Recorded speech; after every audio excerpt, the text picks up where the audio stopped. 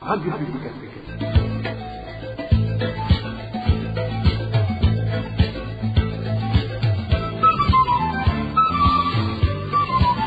Radio Publique Africaine.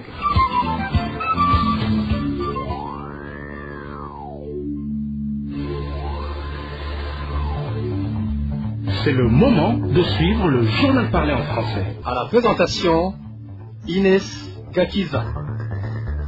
Merci de répondre au rendez-vous de cette édition du lundi 24 avril 2023. Le sommaire pour commencer.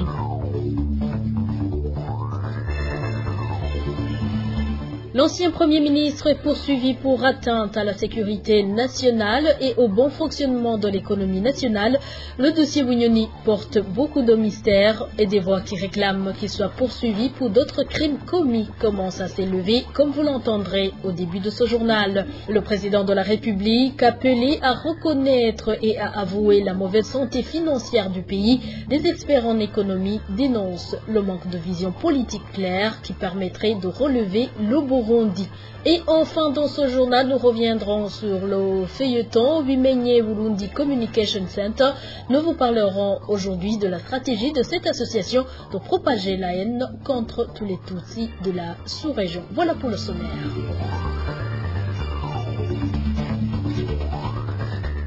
Encore une fois, bonsoir et bienvenue. Ouvrons ce journal avec l'affaire de l'ancien Premier ministre qui est détenu par la police présidentielle. L'annonce a été faite par la porte-parole de la Cour suprême au cours de la conférence de presse animée ce lundi par les porte-paroles des différentes institutions. Selon Agnès Bangui-Dichengue, les principaux crimes qui pèsent sur le général Bunyoni sont entre autres l'atteinte à la sécurité nationale de l'État, l'atteinte au bon fonctionnement de l'économie nationale ainsi que la prise illégale d'intérêts personnels. Écoutez plutôt Agnès Bangui-Dichengue, porte-parole de la Cour suprême. Il est entre les mains de la documentation. Pour ce qui est des accusations, il est accusé d'atteinte à la sécurité intérieure de l'État, de l'atteinte au bon fonctionnement de l'économie nationale et des avantages personnels indus. Est-ce que sa famille a droit de le voir? Pas encore, mais ce sera possible très prochainement.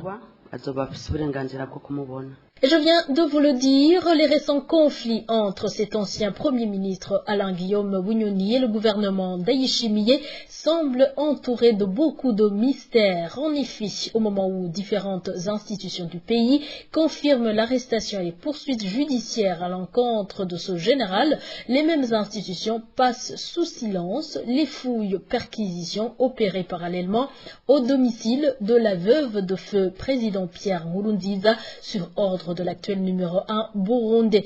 Les informations en possession de la RPA font savoir que ces chicaneries entre certains ténors du parti au pouvoir mettent en exergue un grand malaise entre ces derniers, lequel malaise risque de replonger le pays dans l'insécurité et le chaos total. Josiane Moudaneza nous en dit plus.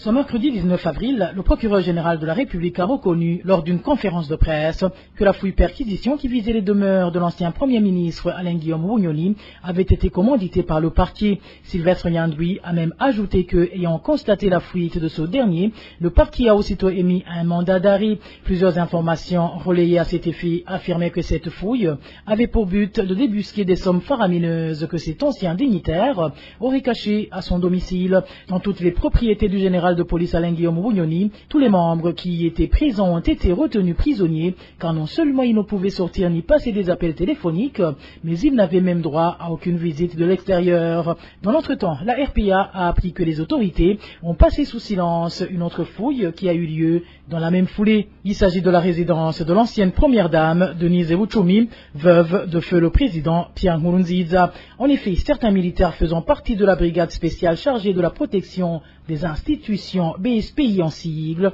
la même brigade déployée au palais présidentiel, nous ont révélé que le domicile de Madame Denise Buchumi aurait été fouillé à maintes reprises par les membres de cette même brigade, mais cette fois-ci sur ordre de l'actuelle première dame du Burundi, en la personne d'Angeline Ndaye. Ndayishimiye. Pour le moment, le général Alain Guillaume Bunyoni est poursuivi pour 3 crimes, à savoir l'atteinte à la sécurité nationale, l'atteinte au bon fonctionnement de l'économie nationale et avantage personnel indu. C'est du moins ce qu'a annoncé ce lundi la porte-parole de la Cour suprême, Agnès Bangili-Chenge, lors d'une conférence animée par les porte-paroles des institutions burundaises. Néanmoins, les informations dont dispose la RPA laissent croire plutôt à un grand malaise, pour ne pas dire un problème épineux qui aurait scindé en deux les ténors du Parti de l'Aigle. Selon les mêmes sources, le premier camp serait constitué d'anciens bras droits de feu le président Pierre Nkurunziza et le second des fervents dévoués à la cause du président Evariste Ndayishimiye, une épine qui pourrait même coûter la vie à certains Bagumyabanga et les Burundais en général. À l'heure actuelle, plus d'un attendent impatiemment quel sera le sort réservé à l'ancien Premier ministre, le général de police Alain Guillaume Bunyoni, d'autant plus que nos sources parlent d'un plan visant à l'éliminer physiquement qui serait en train d'être élaboré afin d'étouffer une fois pour toutes ce dossier mystérieux qui fait si peur au pouvoir en place. Merci Josiane Mouzaneza. Le parti MSD réagit à cette arrestation du général de police Alain Guillaume Bunyoni. Partant des accusations qui pèsent sur lui, Alexis Nduhidje, président de ce parti, parle aussi d'un combat interne au sein des DFDD pour des intérêts des ténors de ce parti. Cette arrestation ne va en rien avantager la population burundaise, déclare Alexis Nduhidje, que je vous propose d'écouter. L'affaire Bunyoni fait penser à un combat entre groupes mafieux. Ce sont des groupes mafieux qui se sont emparés du Burundi et qui pillent, qui tuent, qui emprisonnent et qui ne sont pas prêts de quitter le pouvoir. C'est le plus fort qui chasse l'autre et qui garde le pouvoir. Et quand celui qui garde le pouvoir s'affaiblit, il se fait remplacer par un autre, ainsi de suite. Et c'est toujours... ceux qui trinquent, ce sont des populations burundaises. Voilà. L'acte même d'accusation de Bunyoni le prouve. Bunyoni, c'est un criminel. Il a tué beaucoup de Burundais, beaucoup de membres de partis politiques, beaucoup de membres de la société civile, beaucoup d'activistes de la société civile. Il a tué beaucoup de citoyens normaux, des hommes d'affaires, pour...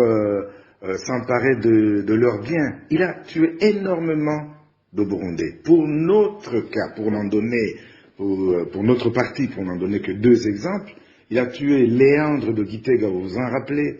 Il a utilisé, c'est pas le général Wakenya, ils ont tué Léandre, ils lui ont coupé la tête, ils l'ont jeté dans une latrine. Vous vous souvenez de cet acte odieux. Il y a Charlotte qui a été... enlevé et assassiné par Désiré Ouamahoro, sa société, qui lui a donné l'ordre de le faire. C'est Bunyoni. Pour n'en citer que ces 2 exemples. Pour le parti MSD, il y a eu plus de 2000 disparus. Et ça, Bunyoni était à la tête. Est-ce que vous avez entendu dans l'acte d'accusation, l'accusation de crime? Pas du tout. Donc, ce n'est pas l'arrestation de Bunyoni qui va changer le quotidien de Burundi. Alexis Nduhidje demande à la population burundaise de persévérer et de chercher à toujours combattre pour ses droits. Encore une fois, le président du parti MSD. Il faut que les Burundais eux-mêmes prennent conscience qu'ils doivent se battre contre ce système CNDD-VD. Ici, nous appelons aussi les membres des corps de sécurité, ça veut dire l'armée, la police, les services de renseignement et même ces groupes paramilitaires, ces groupes de milices qui ont été dupés par ce système CNDD-VD. C'est des mafieux qui ne feront que s'enrichir eux-mêmes au détriment de tout le peuple burundais qui, lui, va être bon à être tué et à être affamé. On n'a pas fléchi dans notre lutte, pas du tout. On n'est même pas prêt à lâcher. On n'est même pas fatigué, pas du tout, et même pas peur. Nous allons continuer. Il y a bien entendu des hauts et des bas. Le gouvernement, c'est un gouvernement, c'est un pays. Un pays est toujours très fort. Un pays a un siège, un État. L'État burundais a un siège à l'ONU.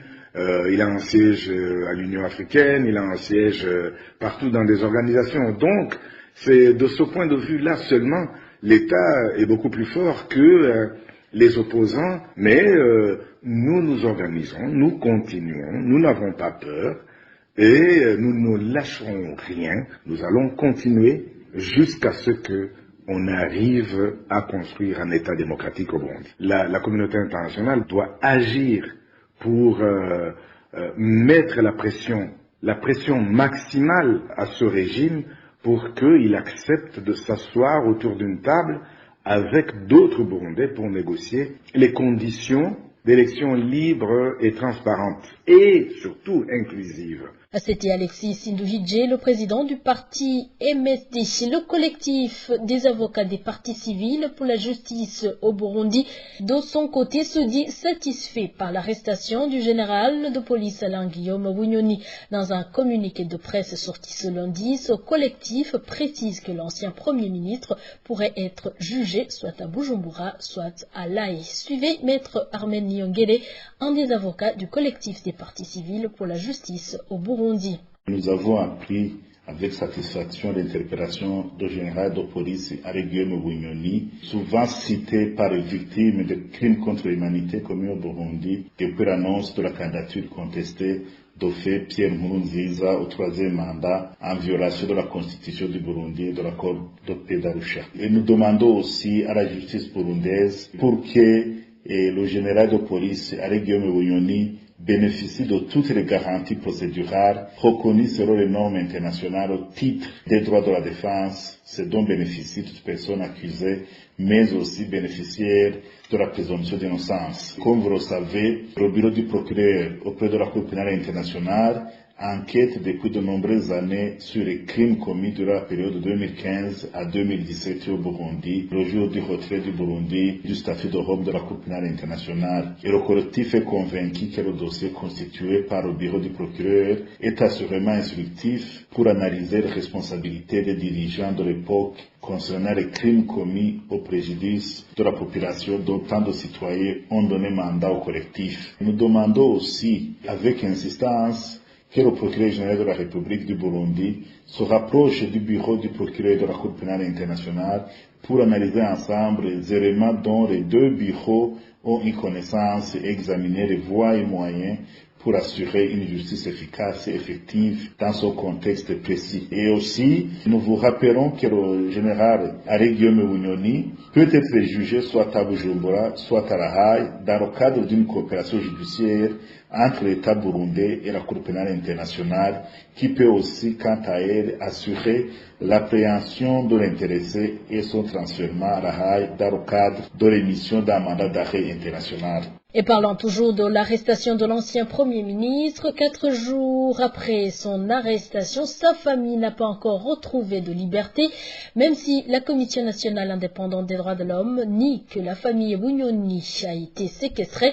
Des sources proches indiquent que jusqu'à présent, la famille est sous une forte surveillance. Le point avec Emmanuel Niyongeko. Au cours de la première perquisition opérée lundi le 17 avril au domicile du général de police Alain Guillaume Bunyoni, 6 au quartier de Gasekebuye, en zone Musaga, commune Muha, à mairie de Bujumbura, les proches de la famille indiquaient que tous les documents et autres matériels qui se trouvaient dans le bureau de cet ancien Premier ministre ont été saisis par la police.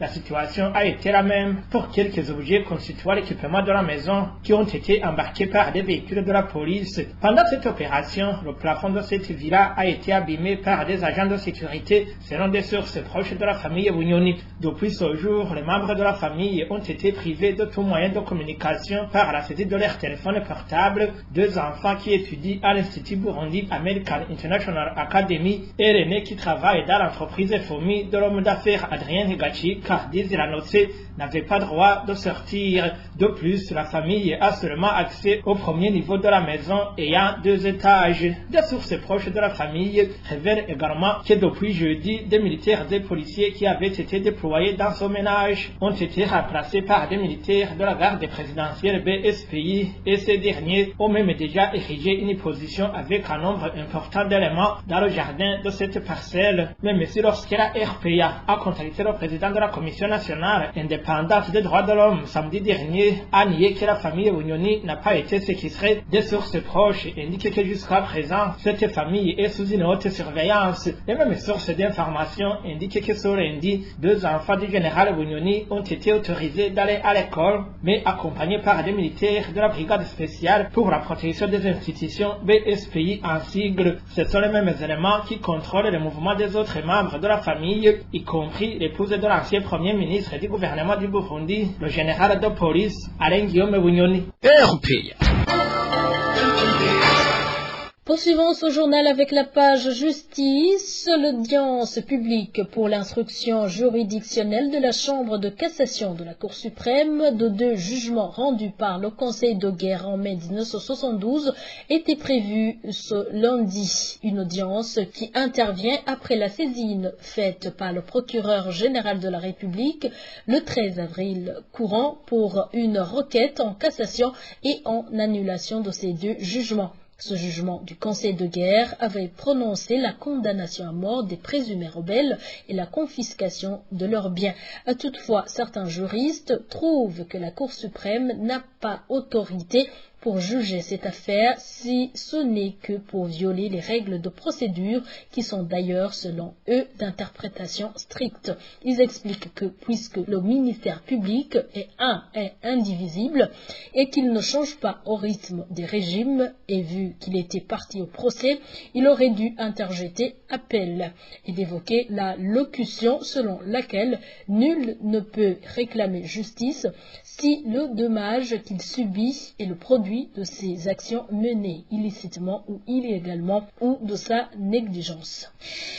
Les voisins d'Espérance Ndeletse déplorent le fait que cette femme manque de nourriture et de lit au centre CMCK où elle a été transférée. Cette femme, dont les poumons ont été percés par des aiguilles, n'obtient aucun traitement jusqu'à présent sur ce centre. Émile Nibasumba. Elle vient de passer environ une semaine au centre chirurgico-médical de Kinindo, mais les aiguilles implantées par les Imbonerakure dans ses poumons ne sont pas encore retirées. La veuve Espérance Ndeletse a été transférée au CMCK par les médecins de l'hôpital militaire suite au manque de matériel à cet hôpital. Le ministère de la Solidarité nationale, des Affaires sociales, des droits de la personne humaine et du genre se charge actuellement de ses soins de santé à cause de sa situation d'indigence. Mais Espérance Ndeletse manque de nourriture et ne dort presque pas. Elle est menacée par la faim. Sa garde des malades va bientôt partir parce qu'elle n'a pas non plus assez de nourriture. Que les bienfaiteurs l'assistent. Elle n'a pas non plus où dormir. L'hôpital ne lui a pas donné de lit. Au CMCK, les médecins lui ont annoncé que le matériel approprié pour son traitement avait un petit problème, mais qu'il était en train d'être réparé. Les Imbonerakure suspectés d'avoir tabassé et introduit 2 aiguilles dans la cage thoracique de la veuve il y a environ 1 mois sont détenus à la police judiciaire du chef-lieu de la province Muyinga. Mais les voisins d'Espérance Ndeletse de la colline Gitaramuka en commune Wuhinyuza demandent qu'on lui trouve un lit et de la nourriture d'une manière urgente. Les droits de l'homme, c'est également le droit à la vie. La rédaction de la RPI a pu répertorier 10 personnes tuées au cours de la semaine écoulée. Les crimes ont été commis dans 5 provinces et la moitié de ces victimes sont de la seule province Chibitoke. Eric Nionzima. Parmi les personnes tuées en province Chibitoke, 3 sont des corps sans vie qui ont été retrouvés dans la réserve d'Okiwira. Ils portaient des tenues militaires congolais. Ils ont été retrouvés jeudi dernier sur la colline Niave en zone Ndora de la commune Bukinanyana. Selon nos sources à Bukinanyana, ces corps seraient des membres des éléments d'un groupe armé basé dans la réserve naturelle d'Okiwira. Les administratifs en commune Bukinanyana ont donné l'ordre de les enterrer. Toujours en province Chibitoke, des autres corps sans vie, portant également des tenues militaires, ont été retrouvés au bord de la rivière Rusizi, à la transversale. Sur la colline Luagarika, en commune Uganda, samedi dernier. Ces informations ont été confirmées par des administratifs. En province Bururi, des personnes ont été assassinées mardi dernier. La première est un certain Égide Horingoma, qui travaillait dans la cuisine du lycée de Bururi. Il a été tué par machette par des inconnus alors qu'il rentrait sur la colline Nyaviamo de la commune Bururi. La deuxième personne tuée en province Bururi est encore sans vie d'un homme qui n'a pas été identifié. Le corps a été retrouvé sur la colline Muzima en commune Bururi. Nos sources à Bururi indiquent que la victime avait été décapitée et en état de décomposition. Toujours selon nos sources à Bururi, la victime aurait été tuée ailleurs et son corps jeté à cet endroit. En province Kayanza, un certain Simeo Nigonza, âgé de 57 ans, a été tué par machette sur la colline Kabungo, zone Ngoro, en commune Gatara, dimanche dernier. Selon nos sources à Gatara, sa mort est liée aux croyances sorcières. Des personnes de la même famille ont été arrêtées. Le même jour de dimanche, encore sans vie d'un homme qui n'a pas été identifié a été retrouvé dans la vallée appelée Soweto, en commune et province Gitega. Les motifs et les auteurs de ce crime restent inconnus. La deuxième personne tuée, répertoriée par la rédaction de la RPA et de la mairie de Bujumbura, c'est un jeune qui n'a pas été identifié et dont le corps a été retrouvé dans un caniveau qui sépare la zone Buterere au quartier Bukirasazi de la zone Kinama en mairie de Bujumbura, mercredi dernier. Revenons à présent sur le feuilleton Bimenye Burundi Communication Center. Cette association propage des messages haineux à l'endroit des peuples de l'ethnie Tutsi originaires des pays de la sous-région. Des messages diffusés via les réseaux sociaux comme les messages de haine à l'endroit des Burundais de l'ethnie Tutsi.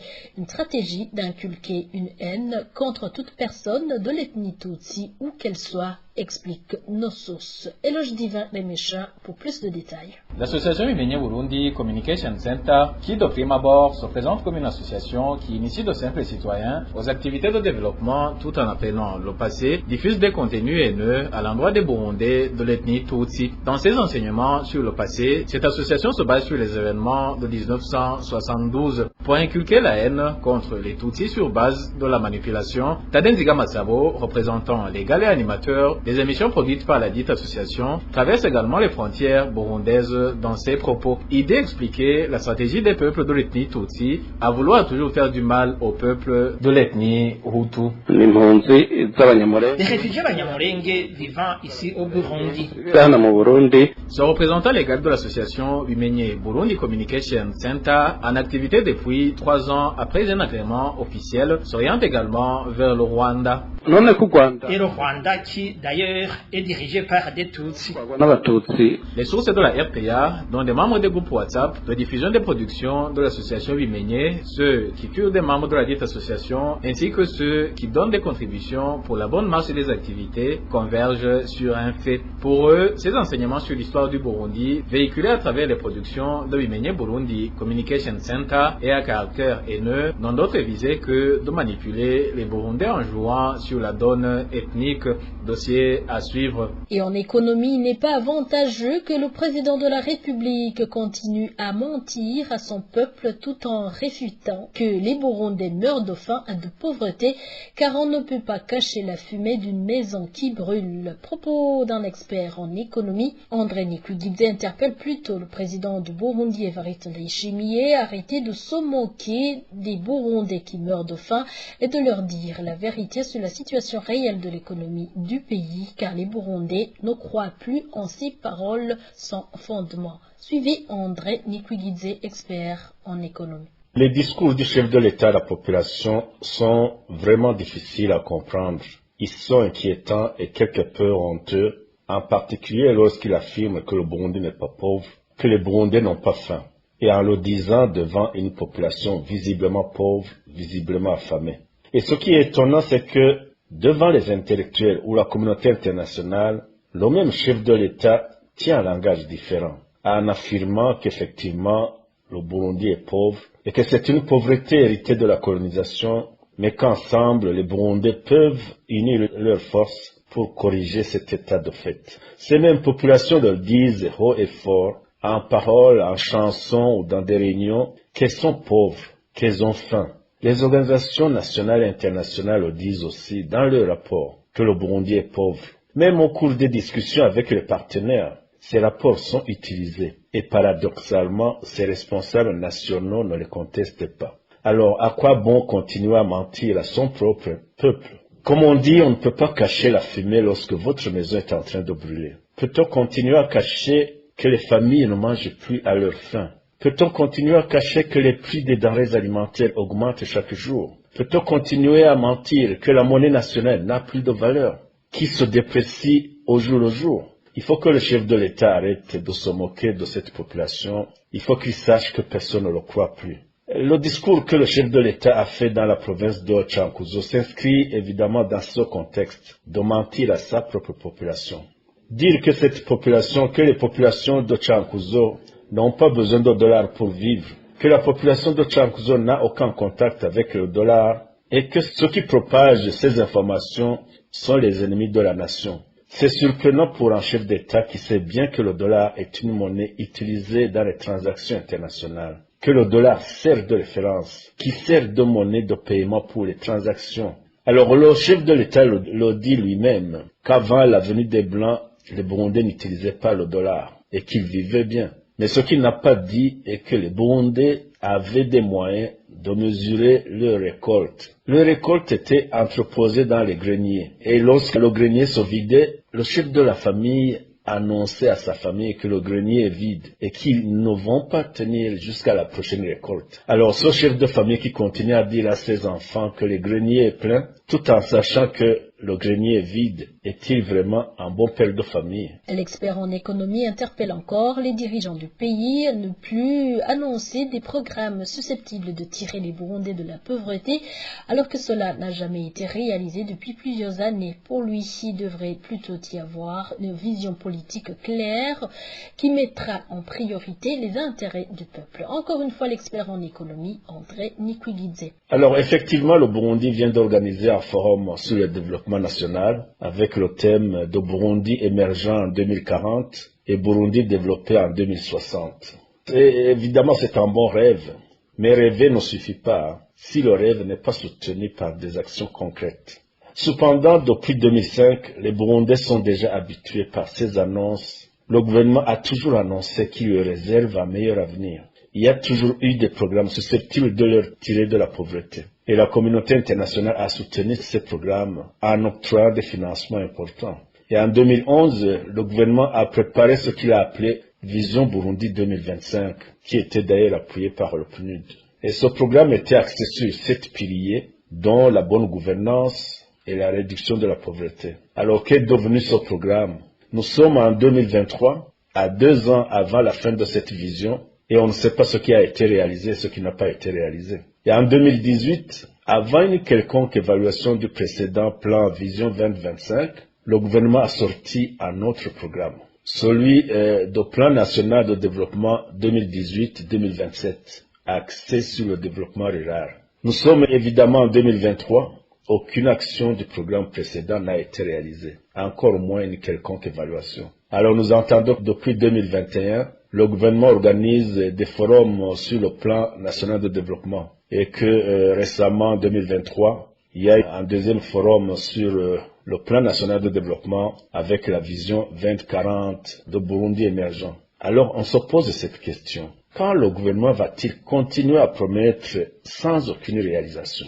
Et au cours des nombreuses conférences qui ont été organisées par le gouvernement, les participants ont exprimé leurs préoccupations sur la gouvernance du pays. Ils ont formulé des recommandations sur les stratégies de développement du pays, mais aucune mise en œuvre de ces préoccupations et ces recommandations n'a été faite. Et c'est pourquoi beaucoup commencent à s'interroger. Si ces conférences, si ces programmes et autres n'ont pas réellement pour objectif le développement du pays, mais qu'ils ont plutôt un objectif politique, celui de maintenir les populations dans l'espoir des lendemains meilleurs. Et cela se fait depuis 18 ans.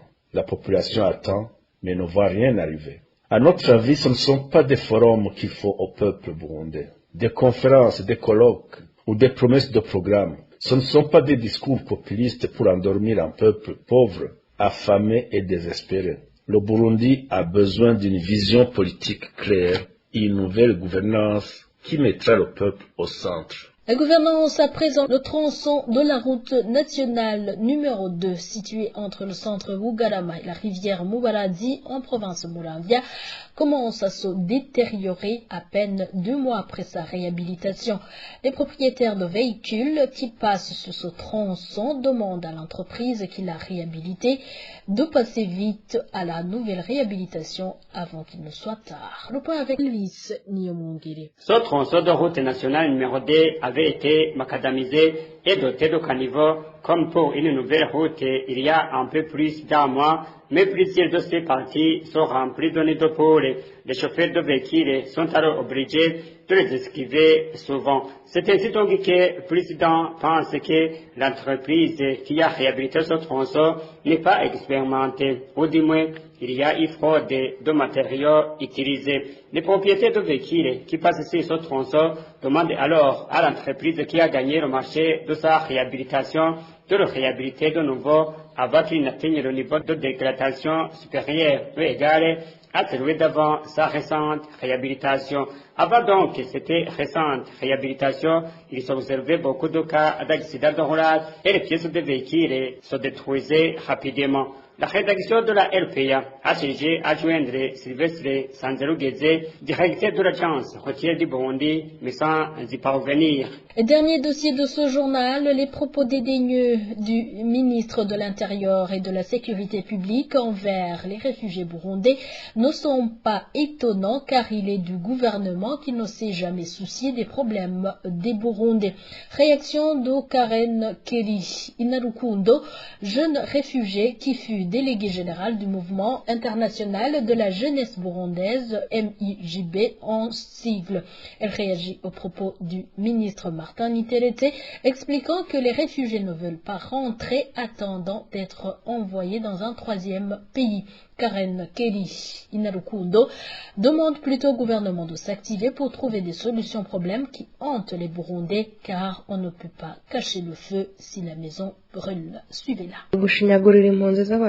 Le dédain du ministre de l'Intérieur et de la Sécurité publique envers les réfugiés burundais n'est pas nouveau, ça ne nous a pas étonnés, car il est membre du gouvernement qui n'a jamais cessé de commettre des violations graves à l'endroit des Burundais. Ils ont subi des tueries, des pillages et beaucoup de persécutions commises par le régime CNDD-FDD. Depuis l'accession au pouvoir, ils n'ont rien fait pour changer les choses et pas même manifester la volonté d'accomplir la mission qui leur a été confiée par les Burundais. Ce qu'ils font, c'est de manipuler l'opinion au lieu de trouver solution aux problèmes qui hantent le peuple et le pays en général. On ne peut pas cacher la fumée lorsque la maison a pris feu. Et le gouvernement, lui, veut toujours attiser le feu au lieu de l'éteindre. Mais ils oublient qu'eux aussi seront atteints. Les Burundais ne sont pas des bêtes. Ils savent quand rentrer et quand il ne le faut pas, car la sécurité est primordiale pour eux. Ceux qui trouvent que leur vie n'est pas en danger, ils rentrent toujours volontaires, mais il y a d'autres qui ne le peuvent pas. Je voudrais donc demander aux réfugiés burundais dont je fais partie de ne pas oublier leur pays natal et de rester sereins pour rentrer le moment opportun en toute dignité. Qu'ils continuent à enseigner leurs enfants nés en exil l'amour de leur patrie, car tôt ou tard, on retournera dans notre pays, car Dieu ne s'est pas trompé en nous créant burundais. Et voilà, c'est par cette intervention de Karen Kelly Narukundo que nous mettons point final à ce journal. Merci de nous avoir prêté une oreille attentive. Au micro, vous étiez avec Inès Gakiza et excellente soirée chez vous.